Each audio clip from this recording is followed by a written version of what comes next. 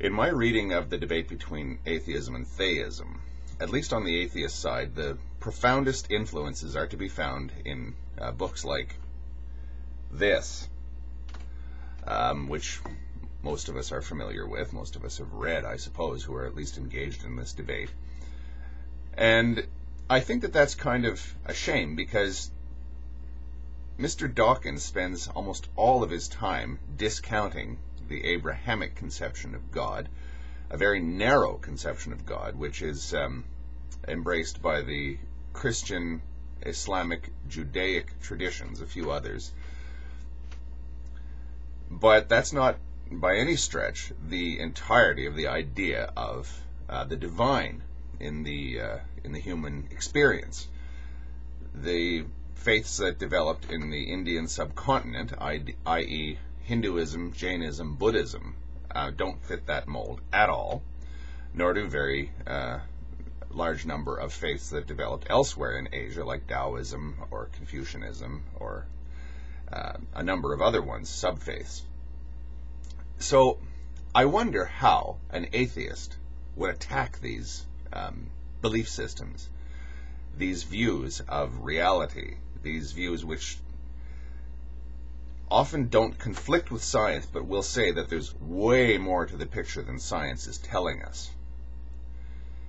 The reason why I bring this up is I don't really call myself an atheist for that particular reason. Is the Eastern, shall we say, or Indic consciousness of God or of faith or of the divine is very, very different from that which we understand it in the West. And if you learn to think of it all in terms that are used by the Eastern religions, I don't know if you could even call them religions, or faith systems, or belief systems, or philosophies, and then you use that sort of prism to see the Western religions, they look very different after that. So again, I wonder if the atheism-theism debate, as it is presented in Dawkinsian terms, or Hitchensian terms, or whatever, doesn't have a fundamental flaw to it. It paints the picture very starkly at the very beginning and argues it that way. Now, it's easy to sort of get trapped into that by the way that both people present the arguments, because plenty of theists in the West pick up that challenge and go at it. They accept Dawkins's view of what God is.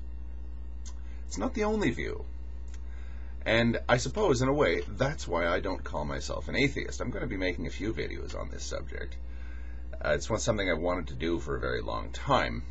And I think that I already know the conclusions that I'm likely to come to, although, in my beliefs, the conclusions that I draw every day are of the subject to change without notice variety. It's an interesting subject, for me at least. Atheism versus the East. Thank you.